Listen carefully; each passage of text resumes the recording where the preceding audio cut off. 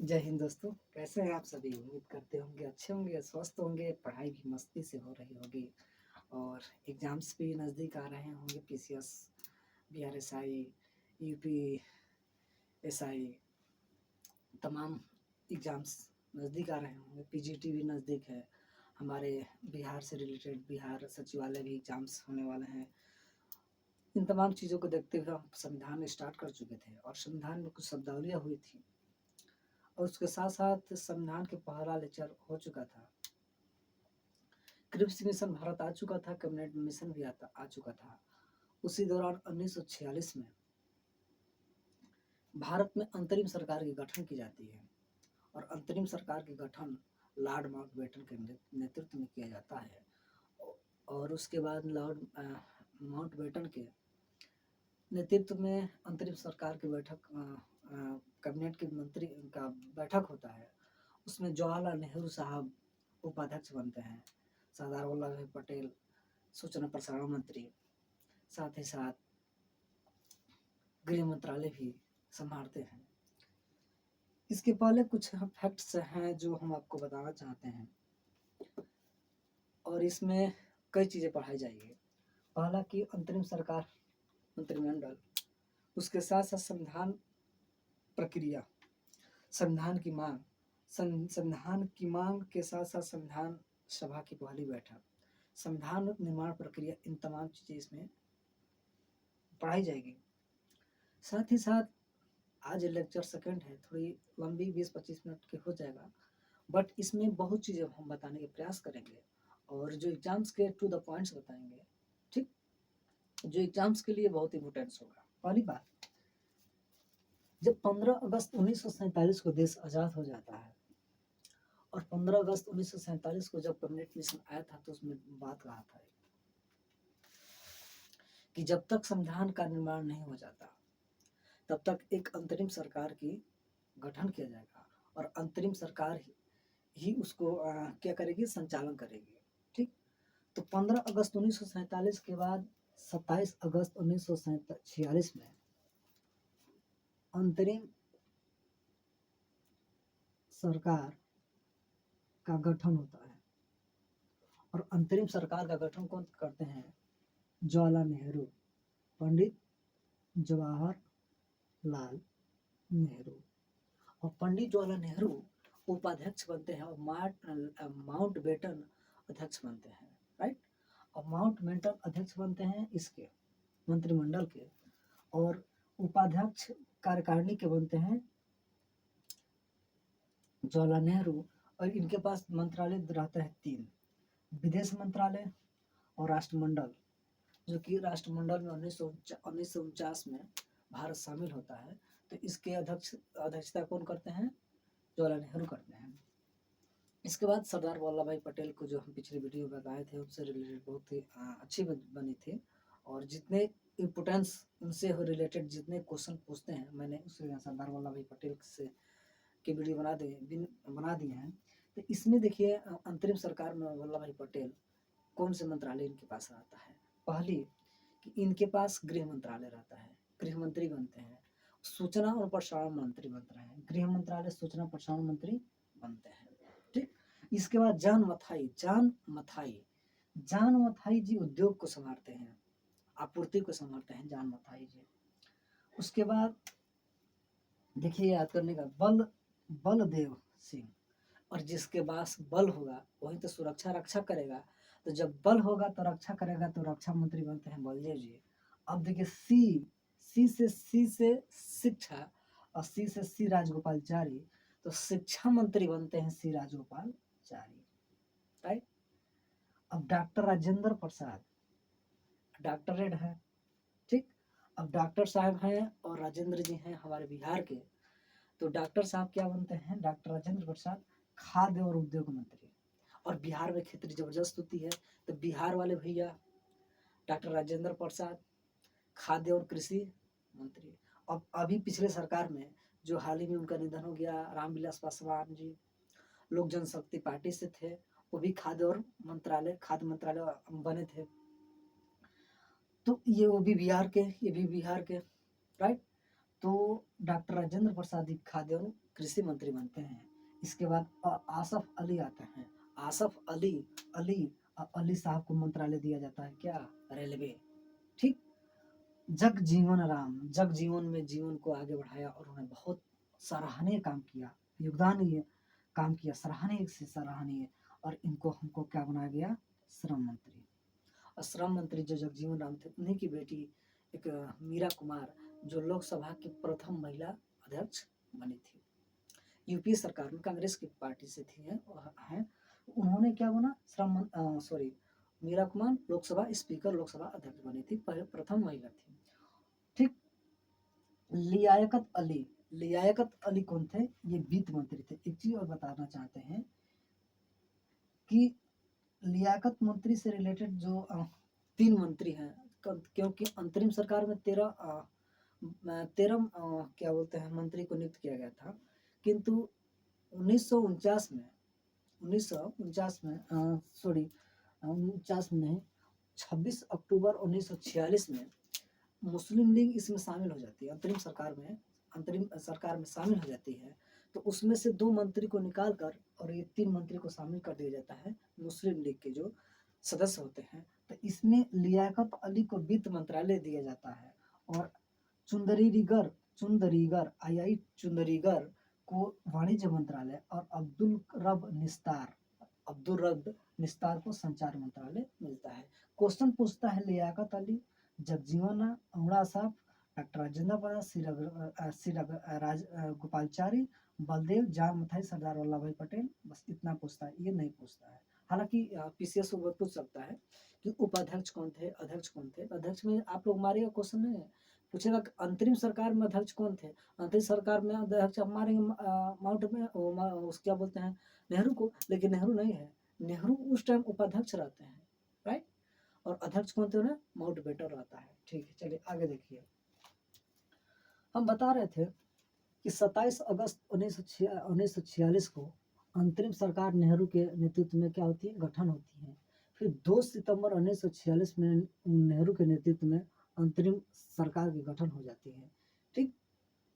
इसमें देखिए, ये जो अंतरिम सरकार का गठन की बात हो रहा है, ये एस्टिमेट यहाँ बना था।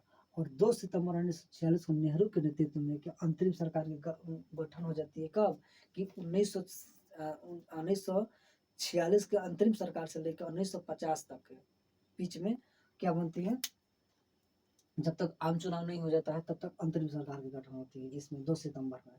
ठीक। उसके बाद 26 अक्टूबर 1946 में मुस्लिम लीग शामिल हो जाती है। ठीक। और हम आपको बता रहे हैं कि 1946 में जब कैबिनेट मिशन आता है तो उसमें सदस्य अध्यक्ष रहते हैं लॉर्ड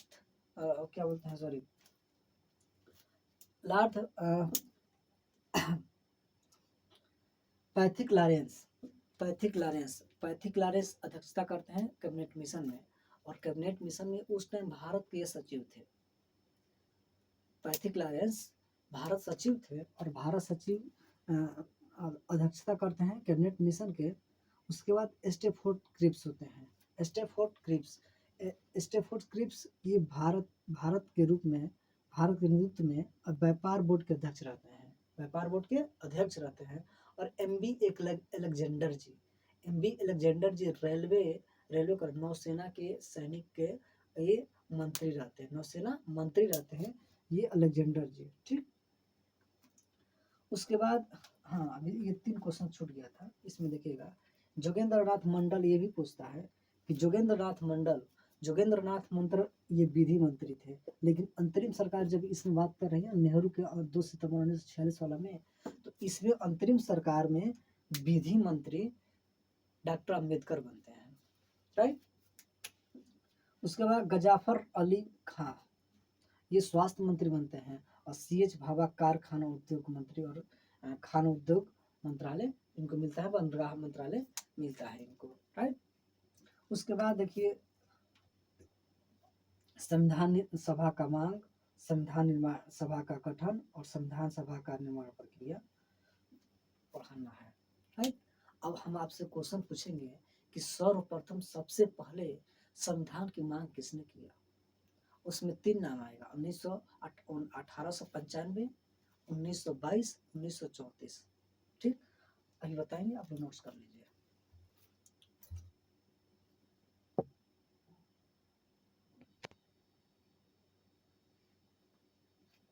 चलिए ठीक है, तो ये हो गया हमारा अंतरिम सरकार में मंत्रिमंडल। ठीक, अंतरिम सरकार में मंत्रिमंडल के बाद हम पढ़ेंगे संविधान निर्माण प्रक्रिया, संविधान की मांग और संविधान का गठन। आइए देखते हैं संविधान निर्माण प्रक्रिया, संविधान मांग कब कैसे होता है, और इसमें बहुत ही इम्पोर्टेंट चीज़ें पढ़ेंगे जो एग्जाम्स के व्यू से बहुत इम्पोर्टेंट होने वाला है। पहला कि संविधान सभा की मांग, राइट, आप लोग लिखते जाइएगा। ठीक,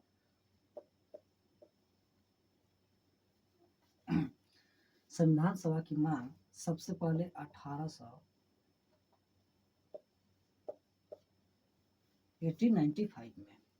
ठीक,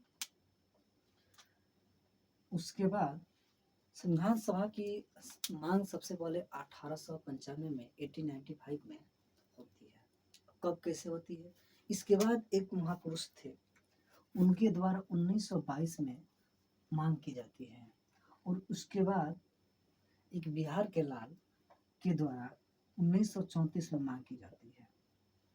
ठीक, उसके बाद 1939 से 45 के बीच प्रथम द्वितीय विश्व युद्ध होता है, और उसके बाद 1946 में जो हम आपको अभी बता रहे थे कैबिनेट मिशन आता है, और कैबिनेट मिशन आता है तो 2 शर्तें रखता है जो संविधान निर्माण प्रक्रिया में कारगर साबित होता है। चलिए आइए देखते हैं।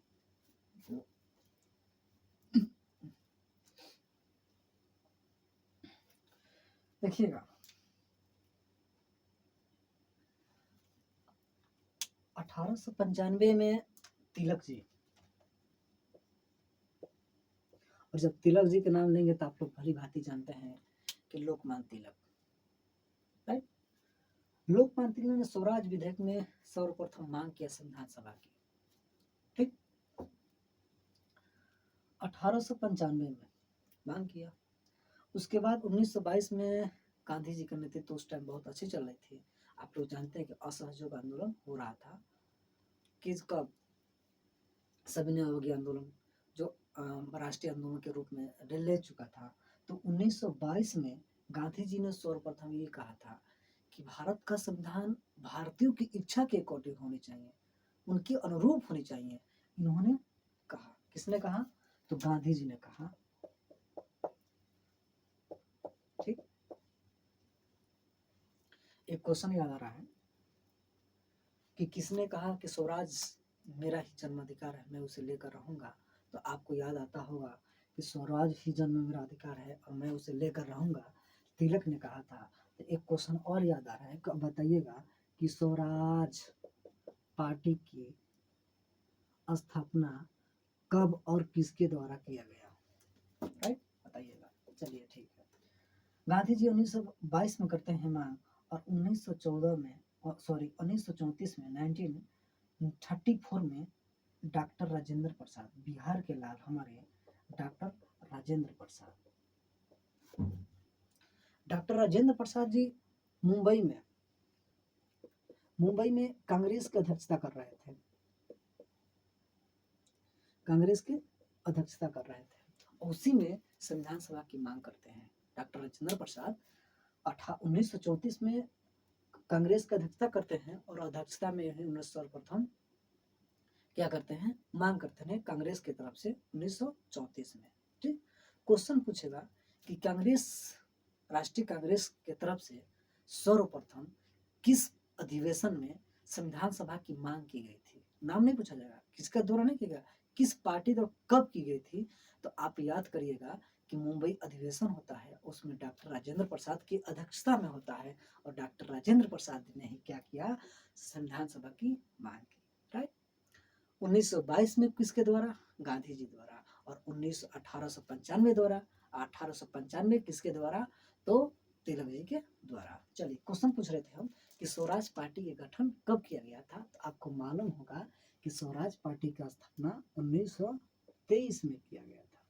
किसके द्वारा भैया, तो आप लोग जानते हैं कि चित्तरंजन दास और मोतीलाल नेहरू के द्वारा। और मोतीलाल नेहरू के द्वारा कहाँ होता है, तो आपको पता होगा कि इलाहाबाद में होता है, इलाहाबाद में होता है। और इलाहाबाद में कहाँ होता है, तो एक आप लोग आइएगा तो पता चलेगा, एक है बैंक रोड, और यूनिवर्सिटी विश्वविद्यालय की जस्ट सामने ही गेट पर ये स्वराज भवन स्थित है। वहीं पे स्वराज पार्टी की स्थापना होती है मोतीलाल नेहरू और चित्तरंजन दास के नेतृत्व में। राइट। चलिए हम क्या पढ़ रहे थे, 1939 से 45 के बीच द्वितीय विश्व युद्ध होता है। ठीक। इसमें ब्रिटिश सरकार एक गलत कर रही थी। जब द्वितीय विश्व युद्ध होता है तो इसमें भारत को शामिल कर देती है बिना भारतीयों के पूछे ही। इसमें भारतीय के जो नेतृत्व करता थे, हमारे कांग्रेस के अध्यक्ष, कांग्रेस के पार्टी और अन्य राजनीतिक दल इससे बहुत क्रोधित होते हैं और असंतोष पैदा होती है, उसके अकॉर्डिंग ब्रिटिश सरकार के विरोध करते हैं। इसी दौरान एक कंटेंट बन के आता है कि गांधी जब यहाँ समर्थन करते हैं ब्रिटिश को, क्योंकि ब्रिटिश ने कहा कि अगर द्वितीय विश्व युद्ध में हमारी सरकार बन गई और हमारी जीत हो जाती है, तो हम कहीं ना कहीं भारतीय हित के लिए हम संविधान की बात करेंगे और आज़ादी की बात करेंगे। राइट। वहीं पे सर्जेंट इन्होंने भारतीय युवाओं के बीच क्या किया, जन भावना के, जन देश प्रेम की भावना से इन्होंने सपोर्ट किया, और गांधी जी ने कहा कि आप ब्रिटिश सरकार को सहयोग करिए। असहयोग आंदोलन के रूप में इनके रूप में जाना जाता है, और गांधी जी भारतीयों को सहयोग करते हैं। इसी दौरान भारतीय द्वारा इनको सर्जेंट, ठीक, एजेंट के रूप में कहा जाता है, संबोधित किया जाता है। राइट। अब देखिए बात 1945 तक पहुंच गई थी। उसके पहले 1942 में क्रिस मिशन आ चुका था। कांग्रेस अर्ली क्या कर चुकी थी, इनको परित्याग कर चुकी थी। ठीक। 1946 में, जब 1946 में यूके में सरकार बनती है तो लेबर पार्टी की बनती है, और लेबर पार्टी में बनती है उसकी एंटनी साहब की, और एंटनी साहब भारतीय के लिए धन्य वो प्रभु हैं जिन्होंने भारतीयों के लिए संविधान सभा की मांग करके स्वीकार कर देते हैं और कैबिनेट को भेजते हैं। ठीक। और कैबिनेट मिशन करता है 1946 में गठन। दो बातें कहता है कि 389 सदस्यों वाली समिति होगी। और उसके बाद कहता है कि 14 सदस्यों वाली समिति क्या करेगी, कहता है कि ये 389 के चुनाव होगा, और उसके अकॉर्डिंग अप्रत्यक्ष रूप से चुनाव होगा, और जनसंख्या के आधार पर, सांप्रदायिकता के आधार पर चुनाव भी होता है उसमें, वो भी अभी बताएंगे उसमें कौन कौन भाग लेता है, कौन किस पार्टी को सीट मिलती है, तमाम चीजें हैं। और इसमें दूसरी बात कहते हैं कि जब तक संविधान निर्माण प्रक्रिया पूरी नहीं हो जाती तब तक 14 सदस्य वाली ही सरकार का संचालन करेंगे, देश का संचालन करेंगे। तो इस प्रकार ये होता है। ठीक।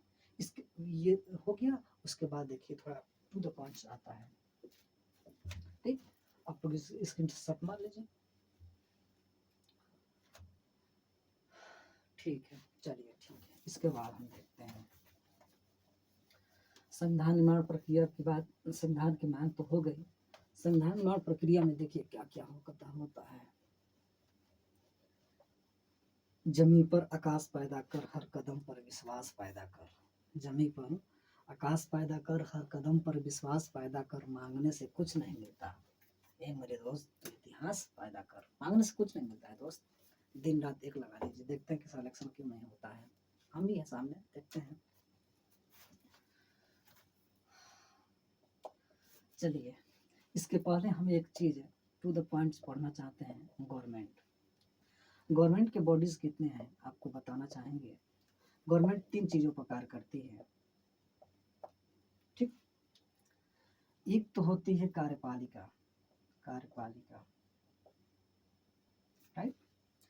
दूसरा का होता है विधायिका, हम उल्टा लिख दिए हैं, पहले कार्यपालिका नहीं विधायिका होती है, विधायिका, ठीक, जिसको हम व्यवस्थापिका भी कहते हैं, व्यवस्थापिका, हम जिसको लेजिस्लेटिव भी कहते हैं, राइट। दूसरी आती है कार्यपालिका, जिसको हम एग्जीक्यूटिव, एग्जीक्यूटिव कहते हैं। और तीसरा आती है न्यायपालिका,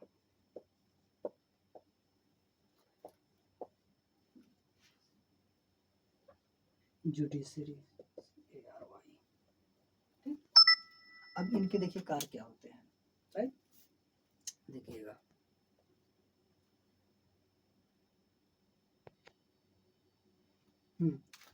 अब देखिए बॉडी, सरकार की बॉडी 3 होती हैं। विधायिका, विधि बनाने का कार्य, कार्यपालिका इसको लागू करने का कार्य, और जस्टिस न्यायपालिका न्याय दिलाने का कार्य, राइट। इसमें 2 चीजें होंगी, कौन कौन सी 2 चीजें होंगी, इसको थोड़ा नोट करिए। इसको हम विधायिका को अच्छी तरह से यहाँ बताने का प्रयास करिए। 3 लिखिएगा, विधायिका जिसको हम व्यवस्थापिका कहते हैं, कार्यपालिका जो कार्य करने ये रूल को लागू कराती है, और न्यायपालिका न्याय दिलाने का कार्य करती है, राइट। अगला देखिएगा, विधायिका का कार्य वर्क है, बॉडीज हैं, सरकार के बॉडीज हैं, इसी के अकॉर्डिंग केंद्र सरकार और राज्य सरकार कार्य करती है। ये हो गया आपका विधायिका, जिसको हम क्या पढ़ रहे थे, लेजिस्लेटिव, राइट। इनको कार्य है कानून को बनाना, ठीक। और बनाएंगे कैसे, देखिएगा, एक तो होगी केंद्र सरकार और दूसरी होगी राज्य सरकार, ठीक। हम गवर्नमेंट की बातें कर रहे थे सर, देखिएगा, हम गवर्नमेंट की बात कर रहे थे, और गवर्नमेंट 3 है, एक है विधायिका, दूसरी है कार्यपालिका, और तीसरी है न्यायपालिका, राइट। जब ये गवर्नमेंट्स है और गवर्नमेंट विधायिका में आ रही है, और विधायिका का कार्य है कानून बनाना, और कानून 2 जगह बनेगा, एक तो है केंद्र सरकार और दूसरी है एक राज्य में राज्य सरकार। और इसके पहले हम पढ़ चुके हैं कि राज्य क्या होते हैं और केंद्र क्या होता है, नेशन क्या होता है, राष्ट्र क्या होता है। चलिए ठीक है, इसमें केंद्र में आएंगे संसद, मेंबर ऑफ लेजिस्लेटिव, ठीक, मेंबर ऑफ पार्लियामेंट्री, ठीक ना। इसमें 3 कार्य होते हैं, इनके 3 बॉडीज होते हैं। एक तो होते हैं पीटी, अब पीटी प्रेसिडेंट इसको हम पढ़ेंगे, प्रेसिडेंट यानी कि राष्ट्रपति, राष्ट्रपति, ठीक। और दूसरे होंगे राज्यसभा, और तीसरे होंगे लोकसभा। और हम जब संविधान की बात कर रहे हैं सर, जब हम संविधान की बात कर रहे हैं, तो आप बताइएगा कि संविधान के किस अनुच्छेद में, किस पेज नंबर में, किस आर्टिकल के अकॉर्डिंग संसद होगी। अभी मैं ये जितने बॉडीज हैं, संविधान स्टार्ट नहीं किया हूँ, संविधान स्टार्ट होगा आर्टिकल नंबर 1 और भाग संख्या 1, ठीक। अभी भाग संख्या 1 पर नहीं पहुंचे हैं, इसके 2 लेक्चर्स के बाद भाग संख्या 1 पर पहुंचेंगे, और उसमें बताएंगे कि भाग 1 में संघ और उसका राज क्षेत्र, दूसरा नागरिकता, तीसरा फंडामेंटल राइट्स, उसी में फंडामेंटल ड्यूटीज आएगा, और चौथा भाग 4 आता है राज्य के नीति DPSP, राज्य के नीति निर्देशक तत्व, पांचवा संघ, ये तमाम चीजें आएंगी। तो अभी मैं संविधान स्टार्ट नहीं किया हूँ, इसके जो बेसिक कंसेप्ट है ये बताना प्रयास कर रहे हैं। केंद्र में ये संसद होगी और संसद किस आर्टिकल के अकॉर्डिंग काम करती है, तो ये आर्टिकल 79। और राष्ट्रपति महोदय जी हमारे ये जो केंद्र में बैठे हैं, ये राष्ट्रपति महोदय जी का होता है 52। भारत के एक राष्ट्रपति होगा, ये 52 में बताता है, आर्टिकल नंबर 52 में बताता है। ये जब राज्यसभा की बातें आएंगी तो राज्यसभा की ये बातें आर्टिकल 80 में होता है, और लोकसभा की बातें आर्टिकल नंबर 81 में की गई है। ये लेजिस्लेटिव का केंद्र में कार्य करना का इस तरह से कोई बिल पारित होता है तो इसके अकॉर्डिंग कार्य होता है संसद के द्वारा। ठीक, एक क्वेश्चन याद आ रहा है कि जब मैडम इंदिरा गांधी 1966 में जब पीएम बनी थी, ठीक, तो अब बताइए कि लोकसभा से गए थे कि राज्यसभा से, कमेंट करके बताइएगा। और एक चीज और याद आ रहा है, मनमोहन सरकार, मनमोहन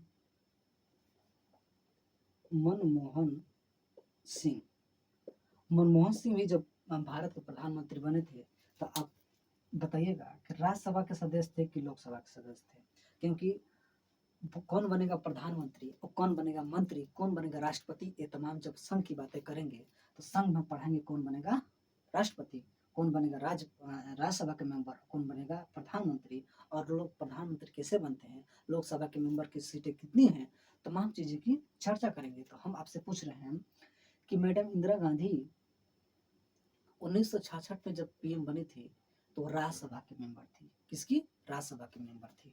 और जब मनमोहन सिंह सरकार बने थे, प्रधानमंत्री बने थे, ये भी कहाँ से, राज्यसभा के ही मेंबर थे। हालांकि होनी चाहिए कहाँ से, लोकसभा के, लेकिन एक कंडीशन है कि वो किसी भी सदन का वो मेंबर होते हैं। अगर लोकसभा के मेंबर है तो कोई दिक्कत नहीं है। अगर लोकसभा के मेंबर नहीं होते हैं तो 6 महीने के अंदर उनको क्या, चुनाव पार्टिसिपेट करना पड़ता है, और वहाँ पार्टिसिपेट करके इसकी सदस्यता लेनी होती है। एक चीज और बताना चाहते हैं अभी कि ये है अस्थाई सदन है, ये अस्थाई सदन है। ठीक, तमाम चीजें की बात चर्चा होगा। चलिए दूसरा आते हैं और देखते हैं। हो गया ये नोट्स, विधायिका हो गया, एक तरफ ये केंद्र की बातें हो गई, और एक तरफ देखिए राज्य की बातें। ठीक, राज्य की बातें आएंगी तो 3 चीजें आएंगी। एक तो होगा गवर्नमेंट, और गवर्नमेंट का मालिक कौन होता है, राज्यपाल। दूसरा आ गया सीएम, जिसको हम सीएम मान लीजिए, एमएलए, ठीक, और एमएलए में ही कौन होते हैं, सीएम साहब बनते हैं, राइट। और एक होते हैं MLC, member of legislative council, ठीक, एमएलसी। इसकी भी चर्चा कर लेते हैं कि आर्टिकल नंबर 153, ठीक, 153 के अकॉर्डिंग हर राज्य का एक राज्यपाल होगा। और ये सीएम एमएलए की बात करता है तो 168 विधानमंडल की बात करता है कि विधानमंडल होगा, विधानमंडल की गठन की बात करता है।